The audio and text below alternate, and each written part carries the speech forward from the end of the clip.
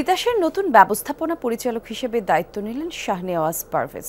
বুধবার রাতে আইনশৃঙ্খলা বাহিনীর সহায়তায় নিজস্ব অফিস কক্ষে প্রবেশ করেন তিনি। স্যান্ডেলিনা সো, রূপচর্চায় আভিজাত্য। দায়িত্ব গ্রহণের পর তিতাসের নতুন এমডি জানান, তিতাসের প্রতি জনগণের প্রত্যাশার চাপ অনেক।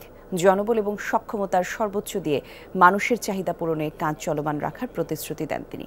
সিস্টেম লসকে সবচেয়ে বড় চ্যালেঞ্জ উল্লেখ করেন তিনি। বলেন, এটি যতটা সম্ভব কমিয়ে আনা হবে। এছাড়া তিতাসের সব কর্মকর্তা কর্মচারীদের একক টিম হয়ে কাজ করতে এবং তাদের দাবি পূরণে সচেষ্ট থাকার কথাও বলেন নতুন এমডি। অবশ্য শুরু থেকেই তার যোগদানের বিরোধিতা করে আসছিল একটি পক্ষ।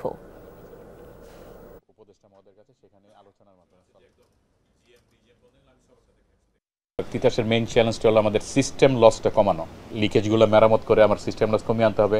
আরেকটা সবচেয়ে বড় চ্যালেঞ্জ অবৈধ সংযোগ আছে, এগুলো আমাদের নির্মূল করতে হবে, চেষ্টা অব্যাহত রাখবো। এবার হলো আমি যেটা আসে আমার কর্মচারীদের যে আমার যে স্বার্থগুলো, আমার যদি ভালো টিম না থাকে আমি কখনো কোম্পানির ভালো কখনই করতে পারবো না। তাকে আমার কমফোর্ট জোনে আনতে হবে, তার স্বার্থ দেখতে হবে।